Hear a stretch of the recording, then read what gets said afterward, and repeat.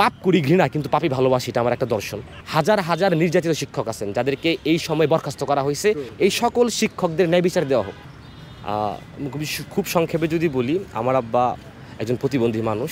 তিনি 1983-84 ব্যাচে ঢাকা বিশ্ববিদ্যালয়ে ভর্তি হন এবং বাংলা, ইংরেজি, আরবি, উর্দু, ফার্সি তুলনামূলক এই যে ভাষাগুলো এবং ভাষার উপর তিনি একটি পাণ্ডিত্য অর্জন করেন এবং স্টিল নাও এখন পর্যন্ত তিনি তার বাড়িতে লাইব্রেরিতে পড়াশোনারত অবস্থায় আছেন। তো ঢাকা বিশ্ববিদ্যালয়ে পড়াশোনা শেষ করার পর তিনি মানিকগঞ্জ ইসলামে কামিল মাদ্রাসায় শিক্ষকতা শুরু করেন এবং শুরু করার পর থেকে তিনি পড়াশোনা নিয়েই মূলত ছিলেন। আমাদের পারিবারিক অবস্থানটা হচ্ছে এরকম, এটা বলা খুব দরকার, যেটা হচ্ছে যে আমরা যৌথ পরিবারে বসবাস করি।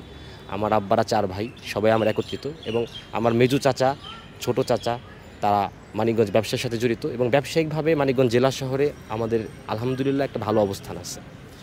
তো আমার আব্বা যখন মানিকগঞ্জে ইসলামিয়া কামিল মাদ্রাসার ভারপ্রাপ্ত অধ্যক্ষ হিসাবে নিয়োগপ্রাপ্ত হন 2017 সালে,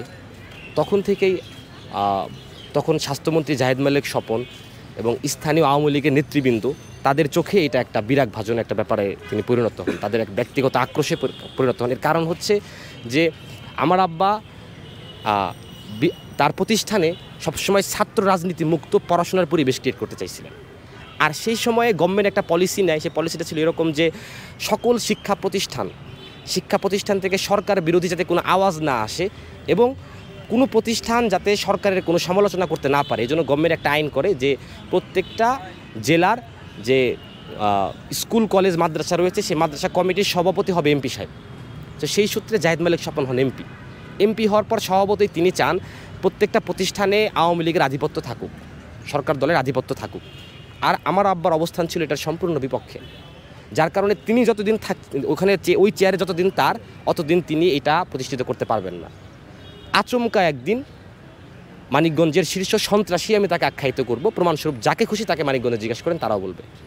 সন্ত্রাসী আপেল, যিনি আওয়ামী লীগের নেতা ছিলেন, তিনি একদিন তার দলবল নিয়ে স্বাস্থ্যমন্ত্রীর স্বাস্থ্যমন্ত্রীর সমন্বয় করে তিনি মানিকগঞ্জ কামিল মাদ্রাসায় আসেন এবং মানিকগঞ্জ কামিল মাদ্রাসার কিছু শিক্ষককে তারা ম্যানেজ করেন, যাদেরকে লোভ দেখান তুমি ওই পদে গিয়ে বসবা।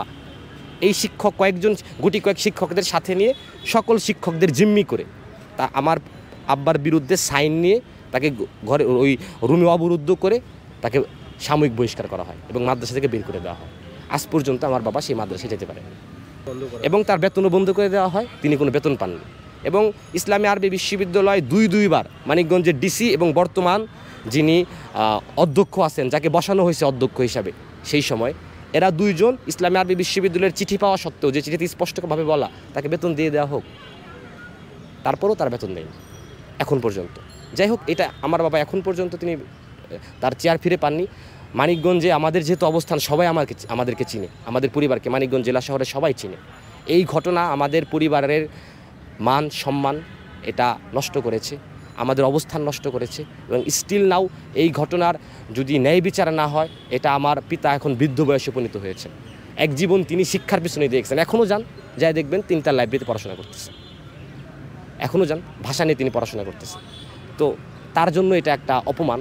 এটা আমি আসলে সন্তান হিসাবে আমি পিতার পক্ষে আওয়াজ তুলছি, যদিও আমি আসলে পাপ করি ঘৃণা কিন্তু পাপি ভালোবাসি, এটা আমার একটা দর্শন। যত্ন ভালোবাসা থাকলে সব রান্নাই সুস্বাদু হয়। এসিআই পিওর শাহী বিরিয়ানি মশলা, রান্না হোক ভালোবাসার ভাষা।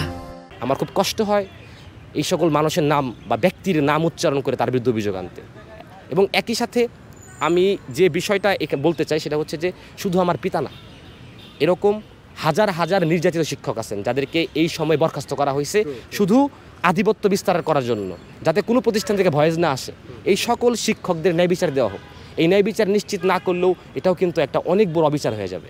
এটা আমি যদি বলি আমার নিজের ঘটনার সাথেই বলি, আমি বলেছি আমার চাচা, মেজু চাচা এবং মেজু চাচা এবং অন্যান্য চাচারা ব্যবসার সাথে সরাসরি জড়িত। আমার পরিবার ব্যবসায়িক পরিবার, আমরা যৌথ পরিবার যেহেতু, এবং আমি নিজেও আমার পরিবারের এই ব্যবসার সাথে সম্পৃক্ত ঢাকা বিশ্ববিদ্যালয় পাওয়ার পর থেকে। আমাদের একটা জায়গা জাহেদ মালিক স্বপন তিনি ন্যায্য দামের অর্ধেক দামে জোরপূর্বক কেনার জন্য মানিকগঞ্জের কিছু সন্ত্রাসী দ্বারা 2012 সালের দিকে আমাদের বাড়িঘর খুব ভয়ঙ্করভাবে ভাঙচুর করে। আমি তখন মাত্র ক্লাস 10-এ পড়ি, আমার ছোট 2 বোন ছিল সেই দিন ঘরের ভিতরে, আমার মা ছিল। খুব ভয়ঙ্করভাবে নির্যাতন করা হয় এবং আমরা বাধ্য হই তার কাছে সেই জামি বায়না করে দিয়ে দিতে।